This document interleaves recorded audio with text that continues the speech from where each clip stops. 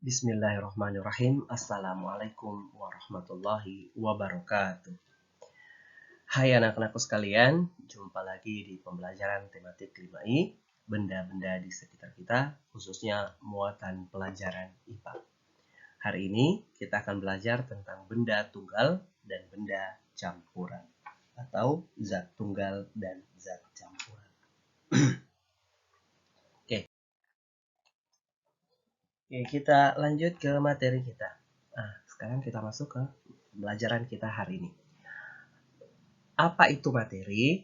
Materi adalah segala sesuatu yang mempunyai massa dan menempati ruang. Jadi segala sesuatu yang mempunyai massa dan menempati ruang itu disebut namanya materi. Materi dibedakan menjadi dua, yaitu zat tunggal dan zat campuran. Nah, ada namanya zat tunggal dan zat campuran. Apa itu zat tunggal? Apa itu campuran? Zat tunggal adalah zat yang komposisinya terdiri atas zat dengan sifat yang sama. Jadi zat tunggal adalah zat yang komposisinya terdiri atas zat dengan sifat yang sama. Sedangkan kalau campuran adalah zat yang terdiri dari gabungan dua atau lebih zat tunggal yang berbeda. Jadi kalau tunggal berarti sendiri. Kalau campuran berarti dia lebih dari satu. Dia sudah bergabung menjadi dua, disebut namanya campuran. Zat tunggal terdiri dari unsur dan senyawa. Jadi zat tunggal terdiri dari unsur dan senyawa. Sedangkan campuran terdiri atas campuran homogen dan campuran heterogen. Yang lalu sudah ada pernah saya tampilkan video tentang campuran homogen dan heterogen. Sekarang kita masuk ke materi tentang zat tunggal atau disebut juga zat murni. Nah, apa itu zat tunggal? Zat tunggal adalah zat yang terdiri dari materi sejenis. Zat yang terdiri dari materi sejenis. Atau zat yang komposisinya terdiri atas zat-zat dengan sifat yang sama. Itu namanya zat tunggal. Nah, zat tunggal dapat berupa unsur dan senyawa. Unsur itu adalah zat yang tidak dapat diuraikan. Unsur dia adalah zat yang tidak dapat diuraikan menjadi zat lain melalui reaksi kimia. Jadi tidak bisa diuraikan. Contohnya seperti apa? Oksigen. Oksigen yang sering kita hirup, hidrogen, nitrogen, aluminium, besi, emas, dan perak. Itu adalah contoh dari unsur. Sedangkan kalau senyawa itu merupakan zat tunggal yang terdiri dari dua zat atau lebih yang bergabung melalui reaksi kimia. Contohnya seperti apa? Contoh senyawa, ada air, karbon dioksida atau CO2, natrium klorida atau garam dapur. Jadi kalau ditanyakan air, karbon dioksida, natrium klorida itu adalah contoh dari senyawa. Sedangkan oksigen, hidrogen, nitrogen, aluminium, besi, emas, dan perak itu adalah contoh dari unsur. Nah, sekarang kita akan lihat yang termasuk zat tunggal, contoh-contoh dari zat tunggal. Ini adalah air putih, kemudian belerang, oksigen, dan ini adalah karbon. Ini adalah contoh dari zat tunggal. Oke, sekarang kita masuk ke materi selanjutnya tentang zat campuran. Nah, sebelumnya apa itu zat campuran? Zat campuran adalah zat yang terdiri dari gabungan dua atau lebih zat tunggal yang berbeda. Jadi zat campuran itu adalah zat yang terdiri dari gabungan dua atau lebih zat tunggal yang berbeda. Contohnya seperti apa? Contohnya seperti air laut. Kenapa air laut disebut sebagai campuran? Karena air laut itu terdiri dari air dan berbagai zat yang tercampur di dalamnya, misalnya garam. Contoh yang lain yang bisa kita lihat dalam kehidupan sehari-hari kita. Contoh zat campuran seperti apa? Kalau misalnya kita buat teh. Teh kan itu kalau dicampurkan ada 3 campurannya. Zat penyusunnya. Ada air, ada teh, dan ada gula. Jika dicampurkan, makanya namanya disebut zat campuran. Nah, zat campuran itu dibedakan menjadi dua jenis, yaitu campuran homogen dan campuran heterogen. Nah, yang lalu sudah pernah saya tampilkan praktikum tentang campuran homogen dan campuran heterogen. Apa itu campuran homogen? Campuran homogen adalah campuran dari dua zat atau lebih zat tunggal yang tercampur secara merata, sehingga setiap bagian campuran memiliki sifat yang sama, tercampur secara merata. Sedangkan kalau campuran heterogen, campuran dari dua atau lebih zat tunggal yang tidak tercampur secara merata, sehingga bagian campuran yang memiliki sifat yang berbeda.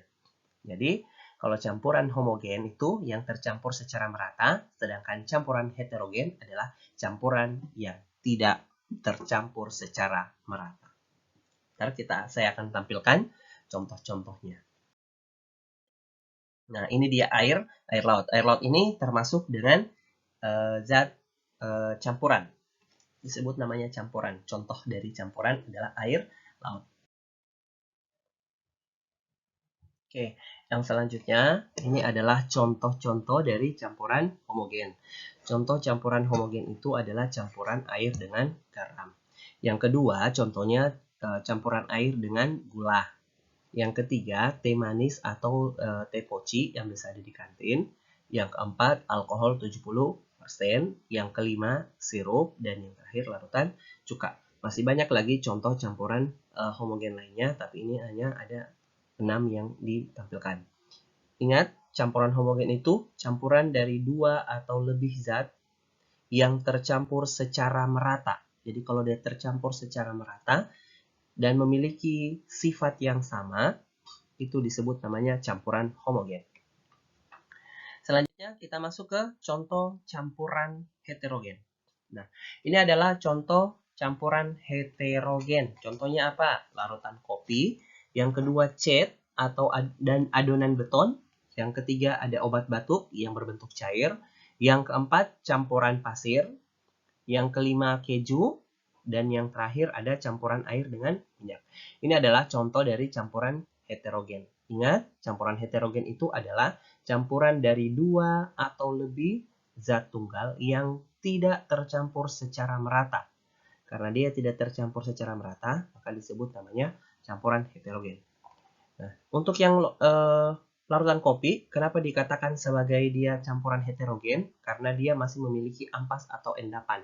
Sedangkan kalau obat batuk itu, kenapa dikatakan sebagai campuran heterogen? Dia adalah karena zat penyusun di obat batuk tersebar tidak merata. Sehingga sebelum menggunakannya, kita dianjurkan untuk mengocoknya terlebih dahulu. Sehingga obat batuk itu disebut namanya campuran heterogen. Jadi, sudah bisa bedakan yang mana campuran homogen dan campuran heterogen. Oke, kalau sudah bisa membedakan campuran homogen dan heterogen, sekarang kita lihat contoh-contohnya lengkap dengan gambarnya. Oke, ini sirup dan kopi. Sirup itu masuk ke campuran homogen, sedangkan kopi masuk ke heterogen. Ini sirup, ini larut campuran minyak dengan air. Kemudian ada kopi, beras, gula pasir, dan garam. Kopi itu masuk heterogen, beras itu masuk heterogen karena tidak tercampur secara merata antara beras dengan air. Kemudian gula pasir itu yang dimasukkan ke dalam air itu dia disebut namanya homogen. Kemudian ada larutan garam, disebut namanya ini homogen. Ini contoh-contohnya. Nah.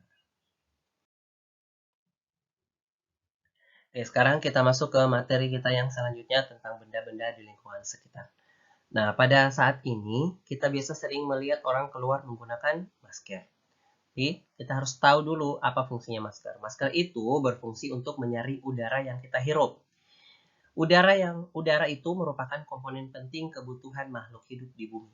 Apalagi manusia sangat membutuhkan udara. Nah, tapi udara yang sering kita hirup itu, dia disebut namanya campuran. Kenapa? Karena terdiri atas unsur-unsur dan senyawa-senyawa, sehingga udara merupakan campuran. Nah, unsur yang menyusun udara itu apa saja? Ada oksigen, nitrogen, hidrogen, ozon, dan gas-gas lain. Sedangkan senyawa yang menyusun udara itu adalah karbon dioksida dan sejumlah gas kecil pencemar. Seperti apa? Karbon monoksida, sulfur oksida, dan nitrogen oksida. Jadi, udara itu disebut namanya campuran. Nah, udara tadi, kalau udara yang tadi kita sudah jelaskan, kita sudah pelajari bahwa dia terdiri dari unsur dan senyawa. Nah, apa itu unsur? Unsur itu adalah zat tunggal yang paling sederhana dan tidak dapat diuraikan lagi melalui reaksi kimia. Itu adalah unsur. Nah, contohnya seperti apa? Ada nitrogen dan oksigen. Jadi nitrogen dan oksigen adalah contoh unsur yang berupa gas. Dengan reaksi kimia biasa, nitrogen dan oksigen tidak dapat diuraikan lagi. Contoh unsur yang lain seperti hidrogen, ozon, dan helium. Itu adalah contoh unsur. Jadi unsur itu dia tidak dapat diuraikan lagi melalui reaksi kimia. Nah, sedangkan dalam bentuk padat ada unsur logam dan unsur non-logam. Kalau yang tadi itu bukan bentuk padat. Tapi kalau dalam bentuk padat juga ada namanya unsur logam dan unsur non-logam. Contoh unsur logam seperti apa? Ada aluminium, emas, besi, perak, dan tembaga. Itu yang logam. Sedangkan unsur non-logam ada karbon, fosfor, iodin, dan belerang. Jadi kalau unsur itu ada namanya unsur logam dan ada namanya unsur non-logam.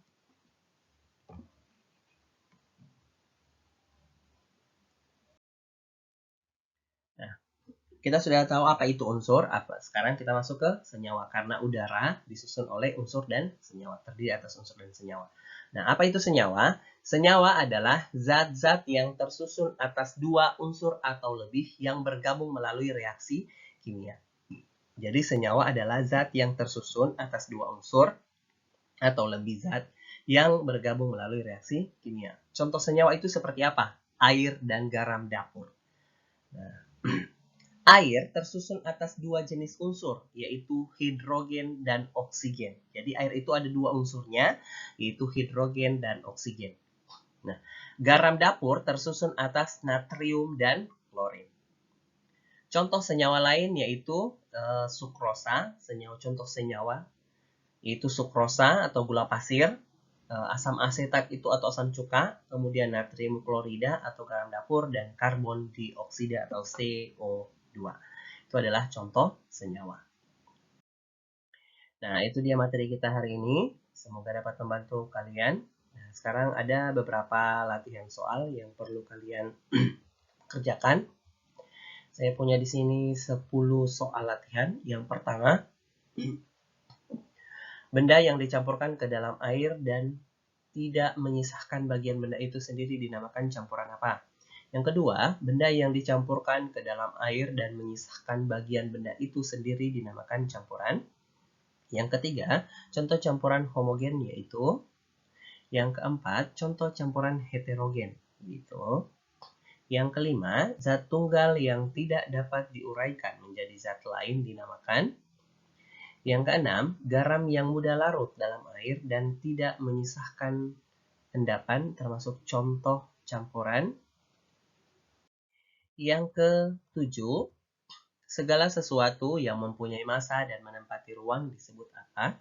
Yang kedelapan, campuran air dengan pasir, campuran air dengan kopi adalah contoh-contoh dari campuran. Yang kesembilan, contoh unsur yang berupa gas adalah. Dan yang terakhir, zat-zat yang tersusun atas dua unsur atau lebih yang bergabung melalui reaksi kimia disebut. Oke, itu adalah materi kita hari ini. Mohon maaf jika banyak kekurangan dalam penjelasan. Semoga dapat membantu belajar kalian di rumah. Lebih dan kurangnya mohon dimaafkan. Alhamdulillahirrahmanirrahim. Assalamualaikum warahmatullahi wabarakatuh.